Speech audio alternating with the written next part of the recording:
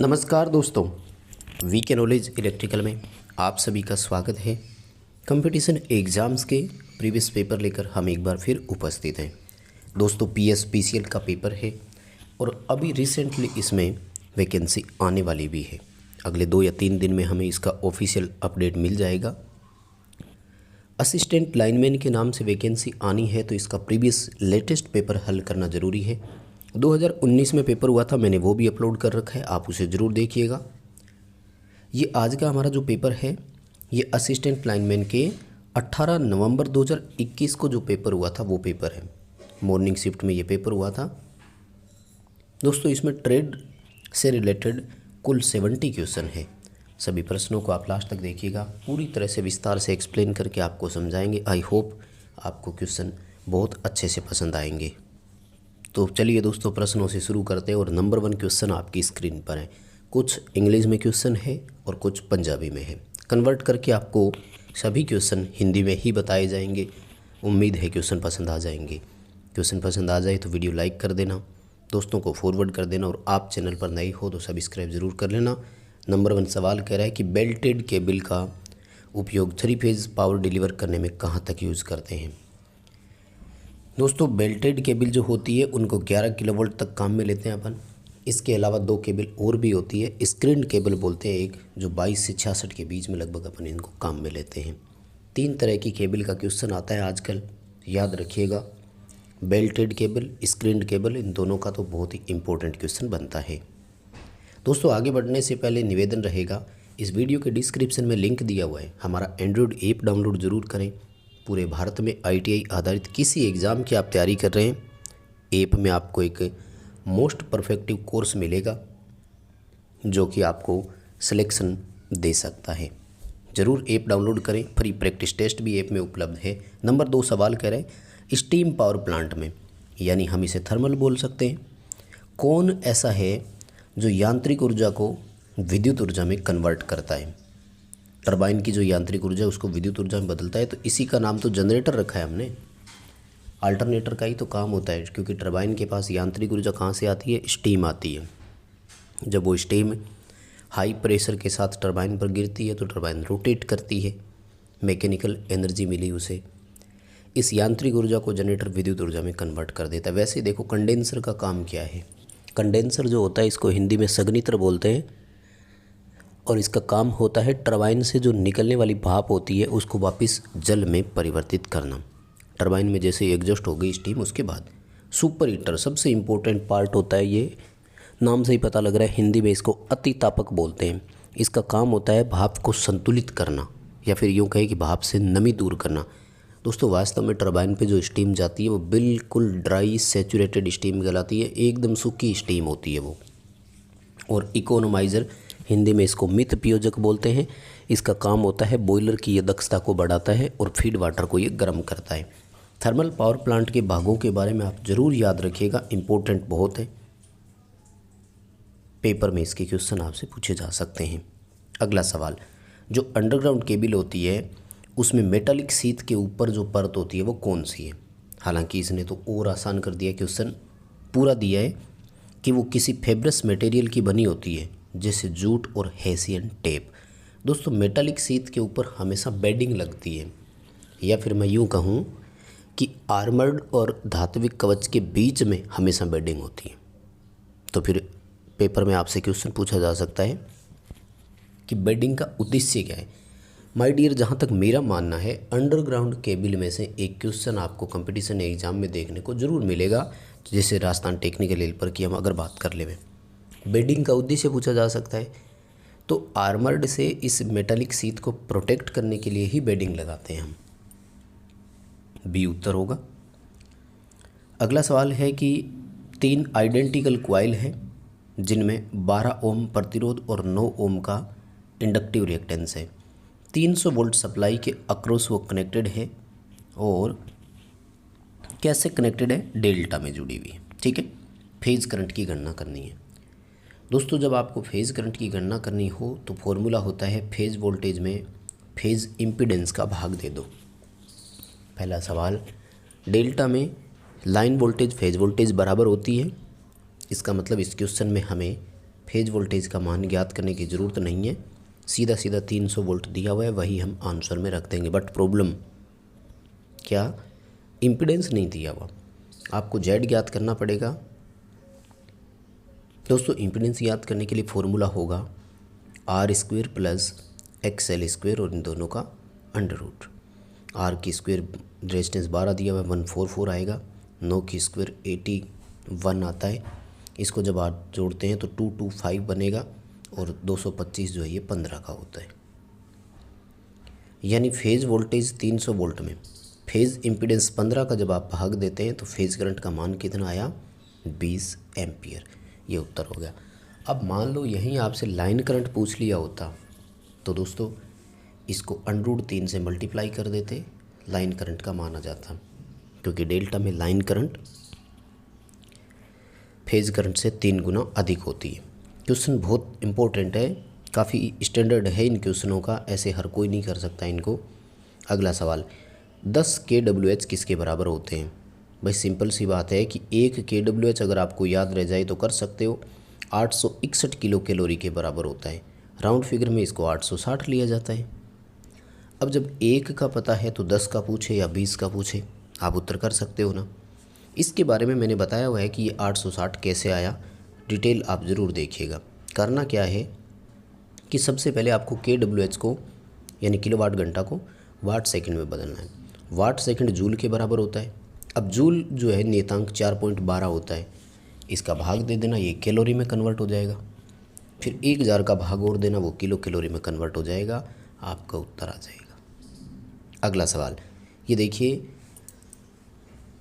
पूरा पंजाबी में है, अगर आप कहो तो मैं आपका इसकी हिंदी बता देता हूँ, नहीं तो पूरा वैसे ही क्वेश्चन समझा देता हूँ। ये कह रहा है कि संतुलित डेल्टा संयोजन में लाइन वोल्टेज और फेज वोल्टेज का अनुपात कितना होता है।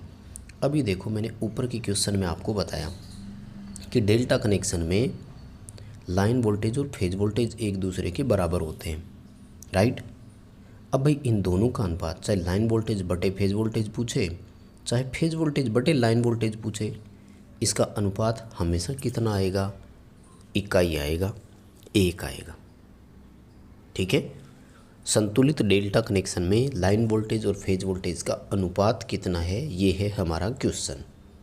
अगला सवाल, कलर कोड दिया हुआ है, कलर कोड में आपको वैल्यू पूछी है, तो देखो रेड, वॉयलेट, ऑरेंज।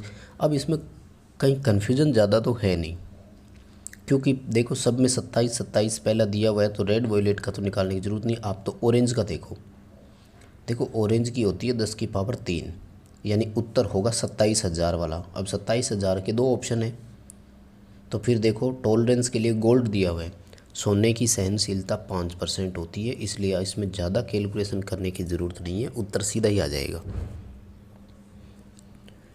अगर तीसरी पट्टी सिल्वर की होती, चांदी की, तब सी उत्तर हो जाता, अभी हमारा बी उत्तर है। बस सिंपल सा क्वेश्चन है, इसमें ज़्यादा कोई लंबा चौड़ा क्वेश्चन है ही नहीं। हाँ, न्यूमेरिकल काफ़ी है।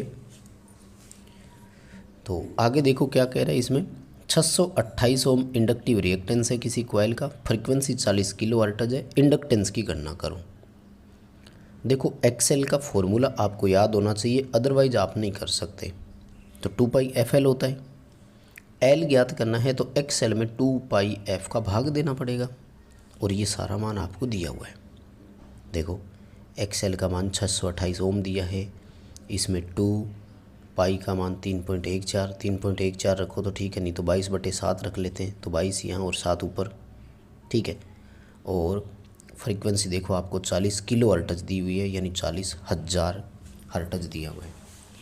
अब दोस्तों कैलकुलेशन करके उत्तर मिलान आपको करना पड़ेगा। बिल्कुल परफेक्ट आंसर यही आ रहा है, 2.5 मिली हेनरी, 2.5 मिली हेनरी इसका बिल्कुल सही आंसर आ रहा है। आप मिलान कर लेना और कमेंट करके मुझे ज़रूर बता देना। दोस्तों इन पेपरों में काफ़ी न्यूमेरिकल आए थे, लेकिन जिस बच्चे की तैयारी अच्छी है उसके लिए न्यूमेरिकल कोई हार्ड नहीं थे, ज़्यादा थे न्यूमेरिकल लेकिन थे आसान। जैसे ही 9वां प्रश्न देखो, 4 पोल के अल्टरनेटर में 360 डिग्री यांत्रिक है, वो किसके बराबर है। अब ये यूँ समझ लो कि अप्रत्यक्ष रूप से अपन से टोटल इलेक्ट्रिकल डिग्री ही पूछ रहा था। विद्युत में टोटल इलेक्ट्रिकल डिग्री का फॉर्मूला 180 इंटू पोल होता है, 180 को 4 से मल्टीप्लाई करोगे तो उत्तर आ जाएगा 720 डिग्री। आजकल वो भी आ जाता है। 2 डिग्री मैकेनिकल किसके बराबर है, तो वो आप कन्वर्ट करके देख लो इलेक्ट्रिकल और मैकेनिकल का आपस में क्या संबंध बनता है। अगला क्वेश्चन, कॉमन एमीटर में जो करंट एम्प्लीफिकेशन होती है, तो कॉमन एमीटर में करंट गेन हमेशा बीटा होती है, तो बीटा कलेक्टर करंट और बेस करंट का अनुपात होता है। एक बार सारे रिपीट करा देता हूँ। देखो, कॉमन बेस जो होता है ना, इसमें होता है एल्फ़ा, और एल्फ़ा होता है कलेक्टर करंट और एमीटर करंट का अनुपात, यानी ए उत्तर सही हो जाता। कॉमन एमीटर में होती है बीटा और कॉमन कलेक्टर में होती है गामा। करंट एम्प्लीफिकेशन सर्वाधिक कॉमन कलेक्टर का ही मानते हैं हम, ध्यान रखना, लेकिन सर्वाधिक उपयोग कॉमन एमीटर का किया जाता है। अगला question, coarse excess current protection है। दोस्तों इस पर तो मैंने अभी रिसेंटली आपको पूरा एक थ्योरेटिकल वीडियो दिया है, आपने नहीं देखा तो ज़रूर देखें। Coarse excess current protection, close excess current protection दोनों करवाए मैंने। तो कोर्स एक्सेस करंट प्रोटेक्शन में 0.81 होता है और क्लोज एक्सेस करंट प्रोटेक्शन में 1.23 होता है।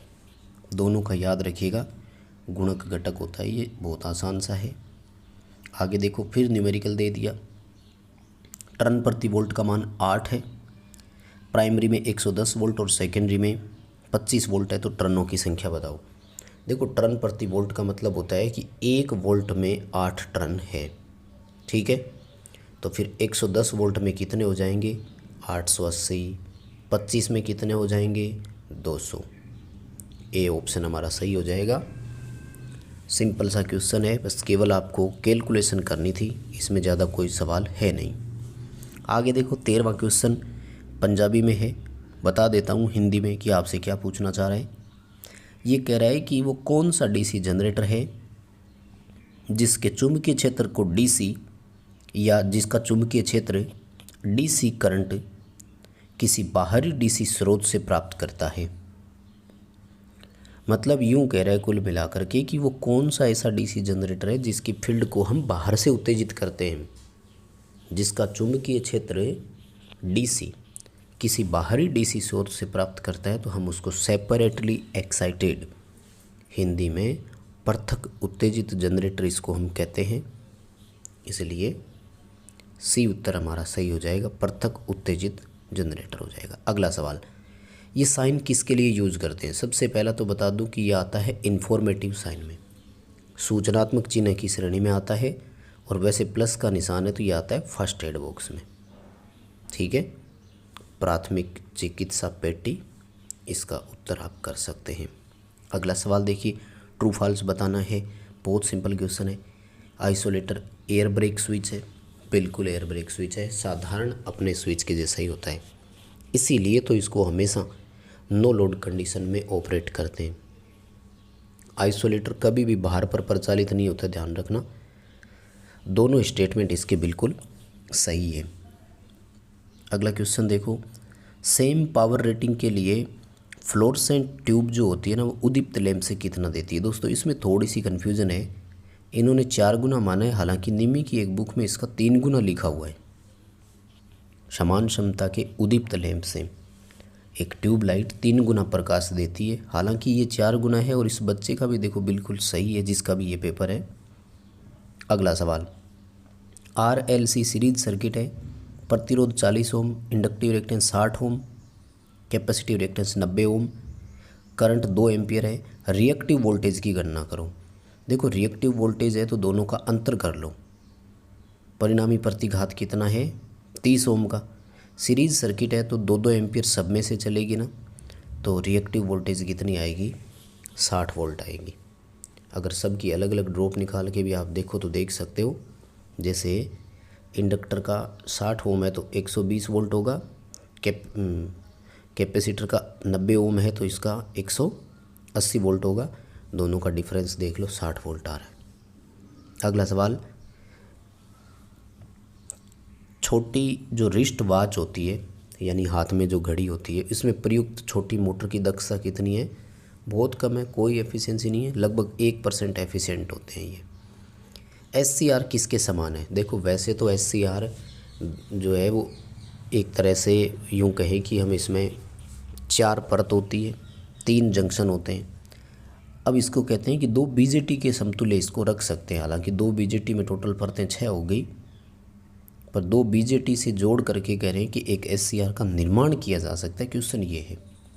और अगला सवाल, परमानेंट स्प्लिट कैपेसिटर मोटर में स्थायी रूप से जो कैपेसिटर है तो उसमें कितने कैपेसिटर होते हैं? तो केवल एक कैपेसिटर होता है, स्थायी रूप से स्टार्टिंग वाइंडिंग के श्रेणी क्रम में लगा रहता है।